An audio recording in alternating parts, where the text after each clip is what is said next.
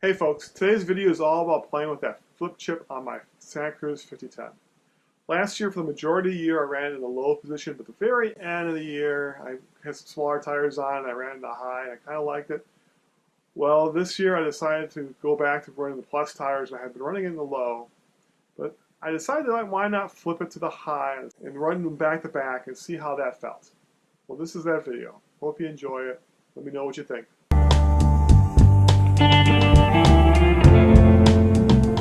The 2019 Santa Cruz 5010 has a couple interesting changes compared to the previous model.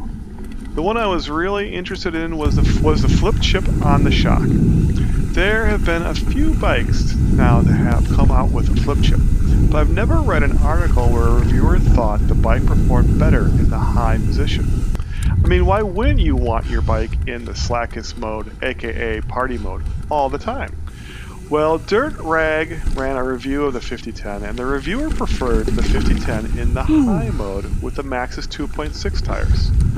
Now, I've ridden my 5010 in the low mode with the 2.6 tires, and I've ridden my 5010 in the high mode with Maxxis WT tires, but I've never ridden the 5010 in the high mode with 2.6 tires. So today is that day. I decided to ride at Theodore Worth Park on the southwest and Brownie loops. These two loops offer short but steep climbs, fast ascents, tough rock sections, and fast berm sections. The process of flipping the chip on the 5010 is fairly straightforward. You'll need a 6mm hex wrench to remove the lower shock mounting bolt. The flip chip can be pulled out and reoriented. The flip chip is an oval with an offset opening.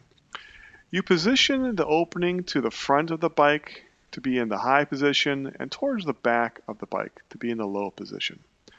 On the other side of the shock mount, there is a similar part that you can slide in and out with a hex wrench and reposition. Now just reattach everything and you should be good to go. No need to remove air from the shock, just flip the chip and you are good to go. I do torque the bolt to the manufacturer's recommended spec. Alright, starting round two. Oop, haha.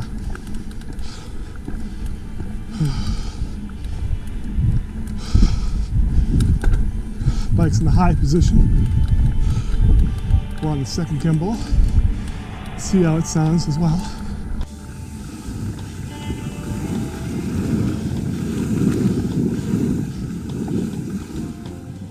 Ooh.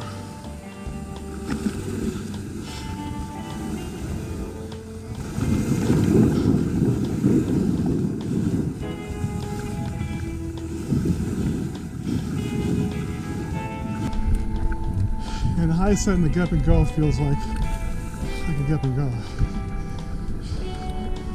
Start pedaling, the power's right there. And that low, you gotta absorb a little bit more of it to get going. See how this goes.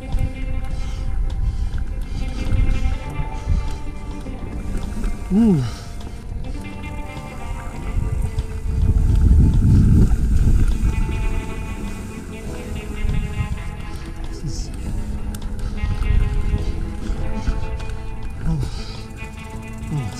Not really.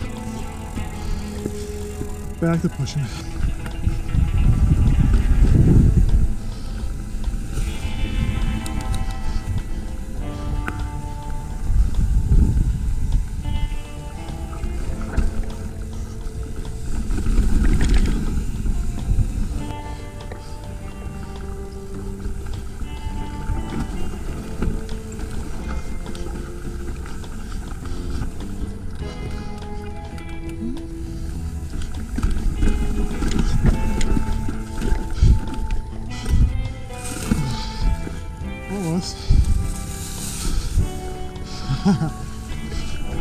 Almost lost it there.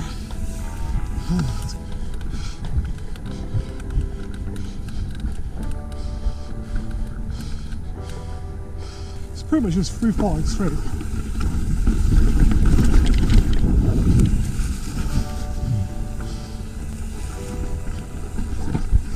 Oops, offline.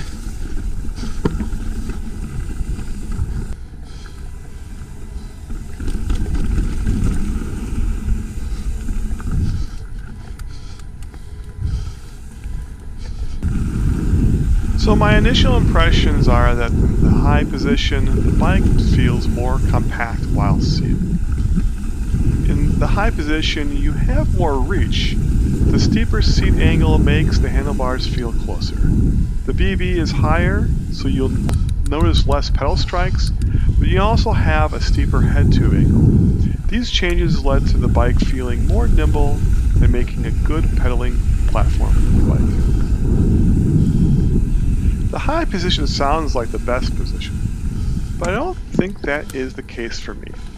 In the low position, the bike is lower to the ground with more of a plow over all the things feel. For me, that just leads to more confidence on the bike. It does mean I pedal strike more, but I'll sacrifice that for a better rollover performance.